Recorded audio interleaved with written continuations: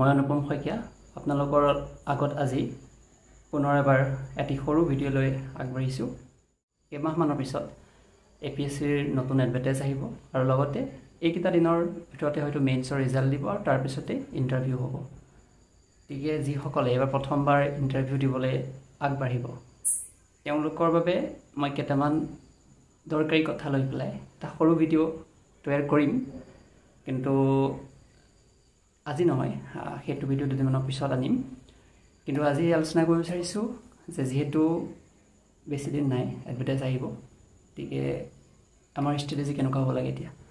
গতিকে আমাৰ ষ্ট্ৰেটেজি এতিয়া ফাৰ্ষ্ট ফৰৱাৰ্ড হ'ব লাগে, মানে এতিয়া লগতে প্ৰিলিমিনাৰী প্লাছ মেইনছ যিটো কনচেপ্ট আছিলে সেইটো অলপমান ছাইড কৰি পেলাই অলপ এতিয়া আমি বেছিকৈ প্ৰিলিমিনাৰী অৰিয়েণ্টেড হ'ব লাগিব।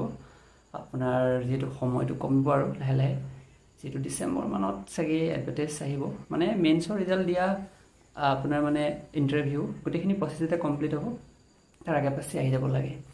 গতিকে যাবৰ তেনেকৈ আহিছিলে মাৰ্চ এপ্ৰিলত আকৌ প্ৰিলিমিনাৰী এক্সামেই হ'বগৈ।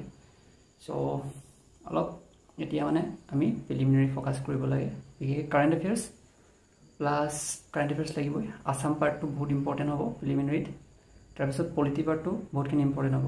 ইকনমিক্স ইমান বৰ বেছি নাহে, তো ইমান চিন্তা কৰিবলগীয়া নাই। গতিকে এইটো ক'ব বিচাৰিছোঁ মানে গোটেইবিলাক যে চিলেবাছৰ গোটেইবিলাক টপিক আমাৰ কাৰণে কিন্তু ইম্পৰ্টেণ্টো নহয়, গোটেইবিলাক নহয়, কিছুমান আমি স্কিপ কৰিব লগা হয়, স্কিপ কৰিব লাগিব কাৰণ সময় ইমান নাথাকে আৰু এটা ডাঙৰ ছাবজেক্ট। গতিকে কেতিয়াবা ৰিস্ক ল'ব লগা হয়, তো যোনে পঢ়িছে ভাল।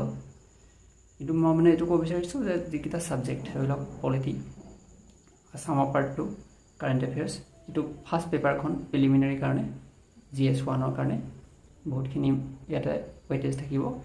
আৰু বাকী আপোনালোকে ছেকেণ্ডখনৰ কথা জানেই, তাত আপোনাৰ ইংলিছ থাকিবই, তাত পেছেজ থাকে, কম্প্ৰিহেনশ্যন, তাৰপিছত ইফালে মেথছ থাকিব, ৰিজনিং থাকিব, সেইখিনি প্ৰেক্টিচ লাগিব। এতিয়াৰ পৰা আমি প্ৰেক্টিচ কৰি থাকিলে আৰু বিশেষকৈ ইংলিছৰ যদি পেপাৰ বা তেনেকুৱা ধৰণৰ বস্তুবিলাক পঢ়ি থাকোঁ তেতিয়াও হেল্প হ'ব আমাৰ, মানে ধৰি লওক এনচাৰটো পটককৈ ফাইণ্ড কৰিবলৈ বিচাৰি উলিয়াবলৈ পেপাৰখন সোনকালে পঢ়ি এনচাৰ উলিয়াবলৈ আমাৰ সহায় হয়। গতিকে প্ৰেক্টিচ এটা লাগে, গতিকে তেনেকৈ ডেইলি কৰি থাকিলে এইবিলাক হৈ যাব। কিন্তু এইটোৱে যে সময়বিলাক আৰু এতিয়া লাহে লাহে চাপি আহিছে, যিহেতু এতিয়া মেইনছৰ ৰিজাল্ট দিব, তাৰপিছত ইণ্টাৰভিউ হ'ব, ইণ্টাৰভিউৰ পিছত ফাইনেল ৰিজাল্ট দিব, তাৰ আশে পাশেই নতুন এডভাৰটাইজ আহি যাব। গতিকে বহুতে মোক সুধি আছিল যে কেতিয়া এডভাৰটাইজ আহিব, গতিকে এইটো কথা মই আজি ক'লোঁ, ডিচেম্বৰ জানুৱাৰী তেনেকুৱা ভিতৰতে হয়তো আহিব। গতিকে প্ৰিপেয়াৰ হৈ থাকক, অল দ্য বেষ্ট।